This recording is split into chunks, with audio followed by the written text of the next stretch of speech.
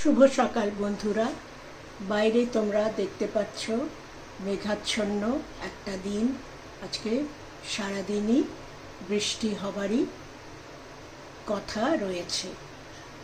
তাহলে চলো বন্ধুরা, এই বৃষ্টি ভেজা দিনে আমরা দেখে নিই আজকে আমরা কি বানাতে চলেছি। আমি এখানে নিয়ে নিয়েছি 200 গ্রাম মাশরুম। তোমরা জানো আমি সবসময় ডিসইনফেক্ট করবার জন্য একদম ফুটন্ত জলে লবণ দিয়ে খানিকক্ষণ ভিজিয়ে রাখি, তারপর আবার পরিষ্কার জলে ধুয়ে এদের ভালো করে দেখো টুকরো করে কেটে নিয়েছি। লবণ জলে দেবার পরে রঙটা একটু এইভাবে কালো হয়ে যায়, তাতে ভয়ের কোনো ব্যাপার নেই, বরং সেটা আমাদের শরীরের জন্য ভালো। এখানে নিয়ে নিয়েছি বেশ কয়েক দানা রসুন। এখানে নিয়ে নিয়েছি 2.5টে মতন মাঝারি সাইজের পেঁয়াজ কুচি করা, আর এখানে রয়েছে সমস্ত মশলা।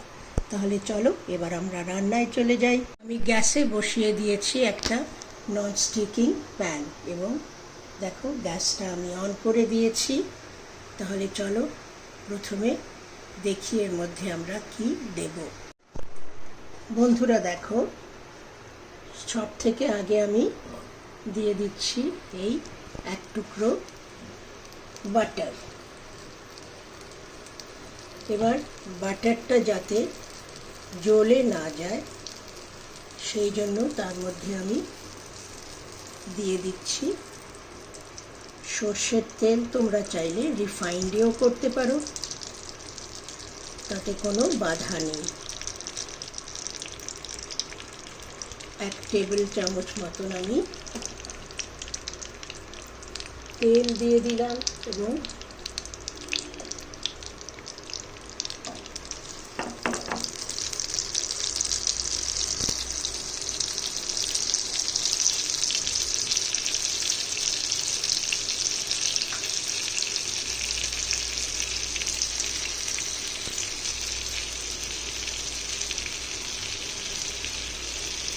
আমি রসুনটা কুচি করে দিচ্ছি না, আমি রসুনটা এভাবে আস্তই দিয়ে দিচ্ছি।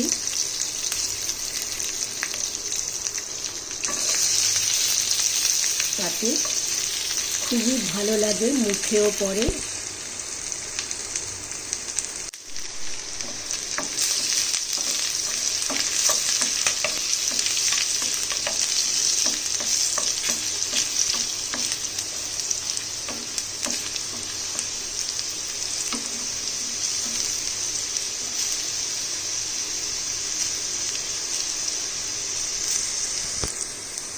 রসুনটা ভাজা হয়ে গেছে। এই পর্যায়ে আমি দিয়ে দিলাম এই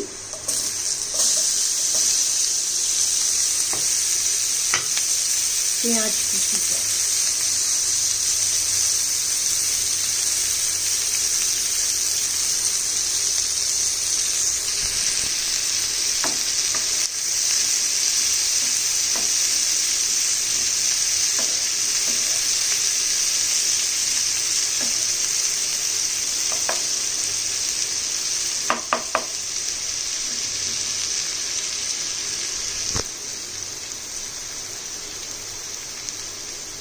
পেঁয়াজ কুচিটা চটপট ভাজার জন্য দিয়ে দিলাম সামান্য একটু লবণ।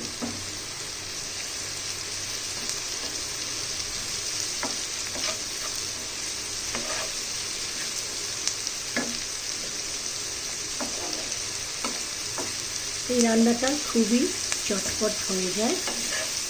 তোমাদের আমি এখনো এই মাশরুমের রেসিপিটার নামটা বলিনি। আজকে আমি বানাতে চলেছি ক্রিমি মাশরুম। তাহলে তোমরা সঙ্গে থাকো, দেখতেই পাবে এরপরে স্টেজটা। দেখো পেঁয়াজটা এখনো গোলাপি রং রয়েছে, আর একটু ভাজা হোক।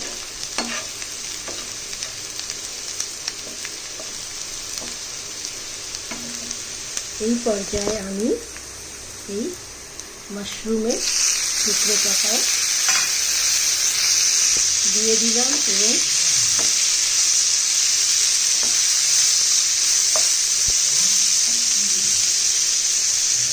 একসঙ্গে এই পেঁয়াজ, রসুন কুচি এবং মাশরুমটা একসঙ্গে সুন্দর ভাজা হবে।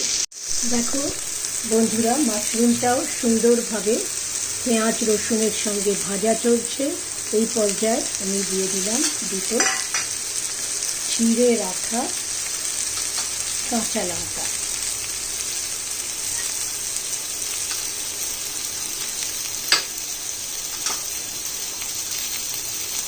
এবং দিয়ে দিচ্ছি এই হাফ টিস্পুন মতন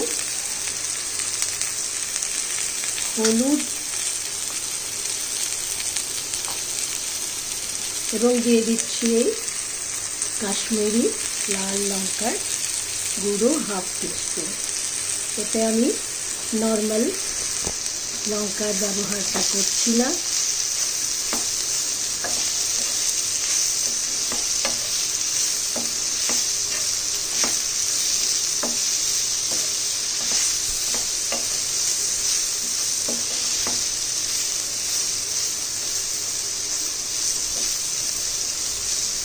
মাশরুমটাও সুন্দর ভাজা ভাজা হয়ে এসছে।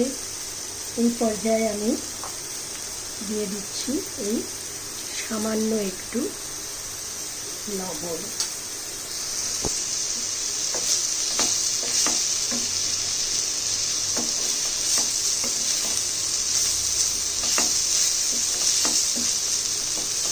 এই রান্নাটায় জলের ব্যবহার হবে না, তার পরিবর্তে দেখো আমরা কি দিতে চলেছি। বন্ধুরা দেখো, আমার মাশরুমটাও সুন্দরভাবে ভাজা হয়ে গেছে।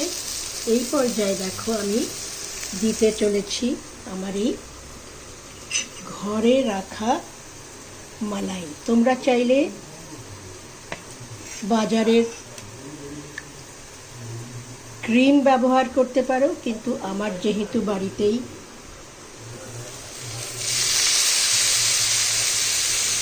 মালাইটা ভালোই পড়ে, আমাদের এখানে দুধটা খুবই ভালো, সুতরাং আমরা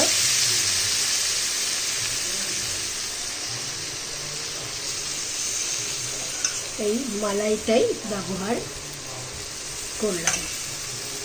চলো এবারে মিশিয়ে দিই।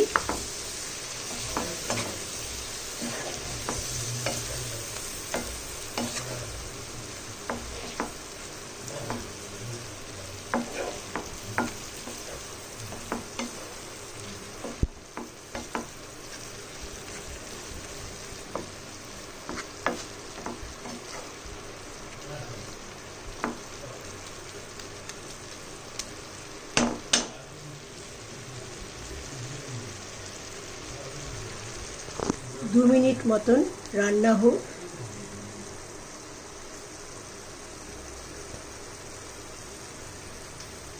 আর সামান্য একটু লবণ লাগবে এবং আমি এই পর্যায়ে দেব সামান্য একটু মিষ্টি। বন্ধুরা দেখো, আমি এই 1 চামচ মিষ্টি সুন্দরভাবে ছড়িয়ে দিলাম। এবারে চলো এটা ভালো করে মিশিয়ে দিই এবং আমার রান্নাটা সম্পূর্ণ হয়ে গেছে। এবারে এর মধ্যে দিতে হবে সামান্য একটু কাসুরি মেথি। বন্ধুরা দেখো, আমি কাসুরি মেথিটা শুকনো খোলায় ভেজে রেখেছিলাম। এবারে এটা এর ওপর দিয়ে ছড়িয়ে দিলাম এবং এই পর্যায়ে আমি আমার গ্যাসটাও বন্ধ করে দিচ্ছি। 1 মিনিট মতন এটা স্ট্যান্ডিং টাইমে গ্যাসের ওপর থাক, তারপরে আমি নামিয়ে নিয়ে তোমাদের সঙ্গে আবার আমি শেয়ার করছি। বন্ধুরা দেখো, আমি আমার এই ফ্রাইং প্যানটা আমি কাউন্টারে নামিয়ে নিয়ে এসেছি এবং তোমরা দেখতে পাচ্ছ যে কি চমৎকার দেখতে লাগছে। এটা তোমরা রুটি, পরোটা, লুচি দিয়ে খুব ভালো মতন খেতে পারো এবং গরম ভাতেও এটা অসাধারণ লাগবে। আর পোলাও হলে তো কোনো পোলাও বা জিরা রাইস তার সঙ্গেও এটা খুব ভালো যাবে।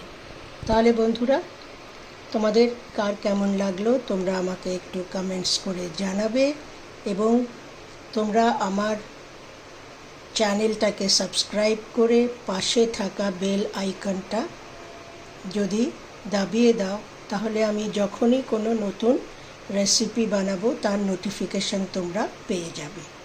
তাহলে বন্ধুরা, তোমরা আমার পাশে থেকো এবং আমার সঙ্গে থেকো যাতে আমি উৎসাহ পাই নতুন নতুন জিনিস বানাবার জন্য। তাহলে চলো, আজকে আমি এখানেই আমার এই ভিডিওটা শেষ করলাম। আবার সবাই আমরা সুস্থ থাকি, আবার দেখা হবে আগামী দিনে।